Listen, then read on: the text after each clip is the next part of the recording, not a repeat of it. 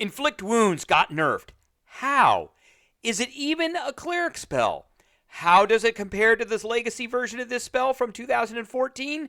Greetings, YouTube. The doctor is in. Dr. Urias Papers here, coming at you with another commentary on Dungeons and Dragons. And today we're going to talk about all those different subjects surrounding this one spell, Inflict Wounds. We're going to go over the legacy version. We're going to go over the new version. We're going to give the new version a grade. And then we're going to talk about several uses of this spell and how to get the most optimal use out of it. That is the power game way. But first, don't forget to hit that subscribe button. If you like this video, hit the like button. If you have any questions or comments, please leave a question or comment. And don't forget to hit that notification bell. All right. Here is the legacy version of the spell. I believe that I gave this one a B- back in the day. Long time ago, over a year ago, we reviewed this spell. So it's first level spell, takes an action. It's a range of touch, verbal and somatic components. It's necromancy. You made a melee spell attack against a creature you can reach. So melee spell attack meant that you couldn't, it's not a weapon attack. So any like bonuses or anything that proc off of weapons is not going to work for this. If you hit them, you did 3d10 damage, which on average was about 16 points of damage. And then you could upcast it, so when you cast this spell using a slot of a second level or higher spell, it adds another d10, so another 5.5 damage. And this was okay. You know, I would rather use my spell slots for this level for Cure Wounds instead of Inflict Wounds, but this, you know, could be a pretty good spell for a big bad evil guy that the DM was using. It was, I felt it was more of a DM tool than it was a player tool. There are much more efficient things that characters that can cast these spells can do. Now, it is usable by clerics, Oathbreaker, paladins, and Mother of Sorrows, which is a completely different offset. But it's mainly clerics and Oathbreaker paladins, probably evil clerics, you know. So that is that version of it, and we gave it a B- back in the day. Now, here's the new version. It's still a first level spell, still is one action, it still is a range of touch, still necromancy, and now instead of a melee spell attack, it is a constitution saving throw, and which is disappointing in itself, and it does 2d10 necrotic damage on a failed save or half as much on a successful one. I don't feel that is a good enough trade-off. This was doing 3d10. So first off, the average AC of most creatures in Dungeons and Dragons is horrifically low. It is a pretty low number. It's on average something like a 13 or a 14. And if you've got, you know, characters around 6th level, that's usually when things start to break. They've got a plus 8 or 9 to hit. To hit an armor class of 14 is a 5 or better. It's pretty easy.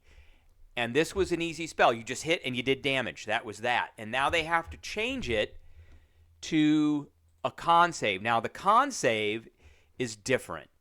And a lot of creatures have a pretty high con save. They either have a high con score or they have a high con score and they are trained in their con save. So I think the chances that they're going to make this saving throw are greater than the chances of you missing from the previous legacy version. And they took a D10 away, so they took roughly 5 to 6 points of damage away from this. And I don't think that the trade-off is half damage if they make their save. I don't think that's a correct trade-off. So now they're probably going to pass their saving throw, meaning I'm going to do 11 points of damage on average, translated into 5 points if they make their saving throw. 5 points versus automatic versus probably 16 points is very different. Now, we can still upcast this for an extra D10 for each slot above 1. So, if we were to cast this at 9th level, we would be doing about, 60 points of damage? It's 5.5, so 5 times 8 is 40, 44. 44 points of damage plus the 2d10, which would be 55 points of damage, and if they make their save, which is more than likely, then it's going to be 27 points of damage. So it's, casting this in 9th level, then 9th level spells do a lot more than that. And I'm just using that as an example. Now, let's talk about how to build classes using this spell, because you can build a class around this, or DMs out there, you could build a big bad villain, big bad evil guy. Now, in the beginning of this video, I said, is this even a cleric spell? Because it's still clerics, and it's still Oathbreaker paladins. Is this even a cleric spell? Now, the reason I say that is because I think the best class to be able to use this spell is the sorcerer, particularly the divine soul sorcerer. So if you get a link, your link to the divine allows you to learn spells from the cleric class. When your spellcasting feature lets you learn or replace a sorcerer cantrip or sorcerer spell at 1st level, you can choose the new spell from the cleric list or sorcerer list. In addition, choose an affinity for the source of your divine power: good, evil, law, chaos, neutrality. This one, in this instance, would be evil. You learn an additional spell based off of that affinity as shown below, and that is Inflict Wounds. So a sorcerer a divine soul sorcerer automatically gets this.